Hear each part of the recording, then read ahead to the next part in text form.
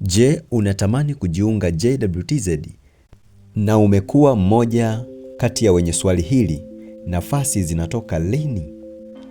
Leo nitakuambia ukweli wa muhimu kabisa wakati unasubiri nafasi za JWTZ. Jambo muhimu kabisa ni kujua kuwa hakuna mwenye taarifa ya nafasi kuwa zinatoka lini, isipokuwa mamlaka husika kutokana na ratiba yao.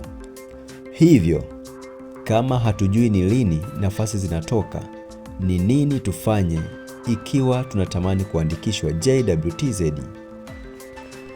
Jambo la kwanza, fuatilia sifa maalum za mtu anayetakiwa na Jeshi la Wananchi wa Tanzania. Sifa kama uraia, umri, elimu, afya, kigezo cha JKT na vinginevyo vingi ambavyo mara nyingi hutumika. Namba 2, anza kuandaa mwili kwa mazoezi ili kujenga afya imara. Mazoezi kama kukimbia, push up na sit ups zinaweza kukuandaa kwa ajili ya jeshi. Namba 3, jifunze kozi fupi za ufundi kutoka VETA. Namba 4, andaa nyaraka muhimu kama cheti cha kuzaliwa, vyeti vya elimu, vyeti vya taaluma.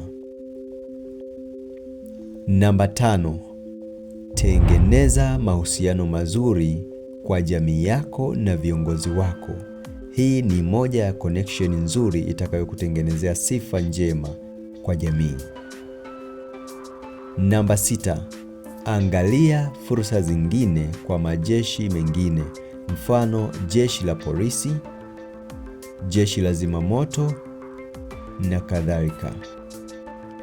Hivyo, kama unasubiri nafasi za JWTZ, fanya hayo kwa ajili ya kujiandaa wakati zitakapokuwa zimetoka. Usisahau kusubscribe Jack Media TZ. Kila hatua ni maarifa na kila maarifa ni nguvu.